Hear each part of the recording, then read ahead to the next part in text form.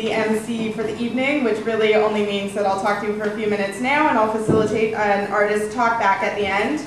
So keep your questions, and the artists are going to be all brought out to the stage to respond to you about the work of the collective and this work that you're going to see tonight. I wanted to first just introduce the show, a little bit about what the collective is doing, to give a little bit of context for what you're going to see here this evening. So basically the show is broken into two parts. The first half is family stories, drawn from the artistic director and poet Charles C. Smith's life and history. And the second half is more towards the political end. Of course, those two halves are not separate. They're completely intertwined with each other, and you'll see through the dance and through the music many ways in which that is very much, while the historical pieces from centuries ago are not a personal history, at the same time they are a personal history. And it's the history that all of these dancers are drawing from, the musicians are drawing from.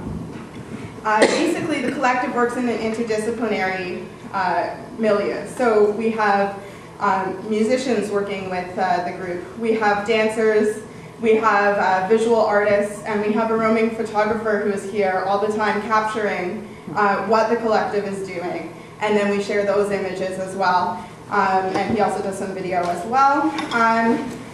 This time we've been really privileged as well to, because it is a full production, to work with an amazing director, an amazing sound tech, and an amazing lighting designer. And all of their details are in the program, so I'm not going to bore you with details of their credentials. All I will say is that I've been watching the rehearsals and it's amazing what they've brought to it.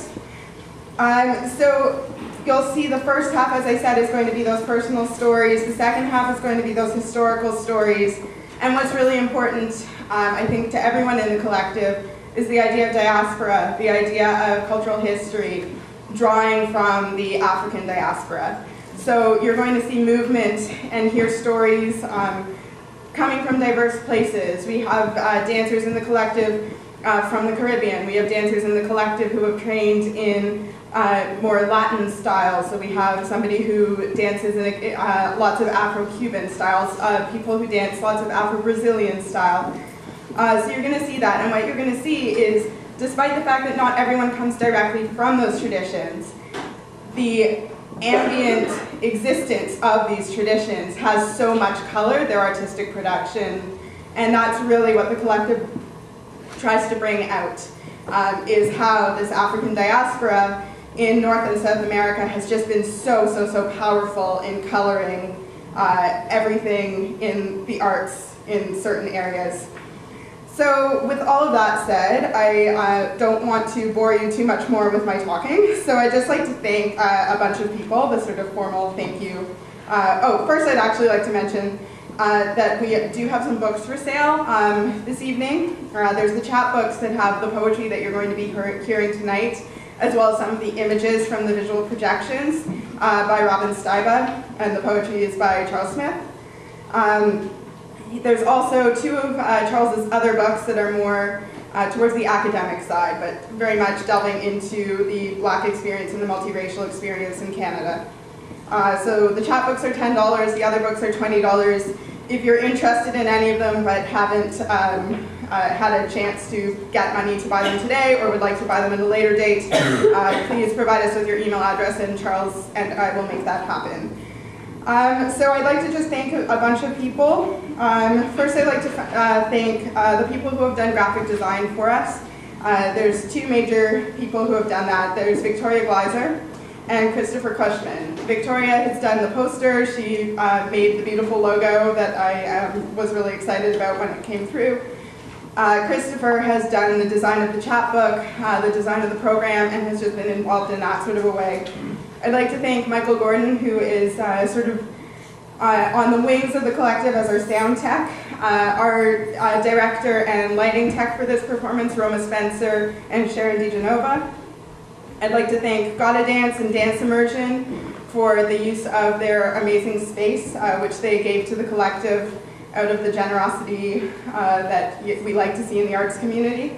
I'd like to thank my good friend and colleague from my day job, or night job I should say, Dawn Saville, who's here to help me on front of house. So it's really nice to have her backing me up. I'd also really like to thank Lindsay and the Lower Ossington Theatre staff who have just been really amazing in supporting us as we gear up to this and helping us get everything set up with tech and with front of house. And then of course, these shows can't happen without funding support. So we've been really lucky to receive 2 grants, one from Toronto Arts Council and one from TD Canada Trust, who was the main sponsor, as you may have noticed from their materials lying around out front.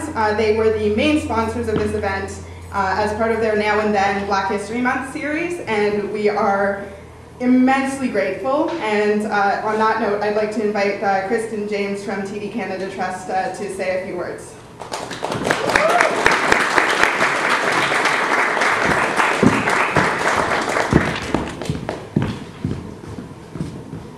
Hi everyone, I'm Kristen James. I'm a team leader of remarketing at TD Auto Finance. First of all, congratulations to Charles C. Smith and the team for organizing the event this evening. We're excited to watch the interdisciplinary performance based on the poetry of Charles C. Smith and how it combines poetry with recorded music, dance, moving image, and other art forms. TD is honored to support diverse communities across Canada by sponsoring activities and events that promote and celebrate the cultures that enrich our country. Fleurette P1 is part of Then and Now, which is now in its 3rd year. TD continues to lead the charge with the award-winning Arts and Culture series, Then and Now, which recognizes the contributions of Black Canadians across Canada. It is an inspiring and entertaining cultural showcase of one of Canada's prominent communities. The lineup of events includes films, concerts, exhibitions, and performances by a host of Canadian and international artists. We're so thrilled to be presenting this entertaining and inspiring series, and we hope you'll join us for some or all of the events. Who knows, with so much excitement around, you may end up creating some history of your own. We're also thrilled to have CBC Toronto join on as an exclusive and broadcast media sponsor for the 2012 TD Then and Now series, which was organized in partnership with Black Artists Network in Dialogue. Again, on behalf of TD, we congratulate the team on their leadership role in embracing and enriching Black culture in Canada. Thank you and enjoy the afternoon.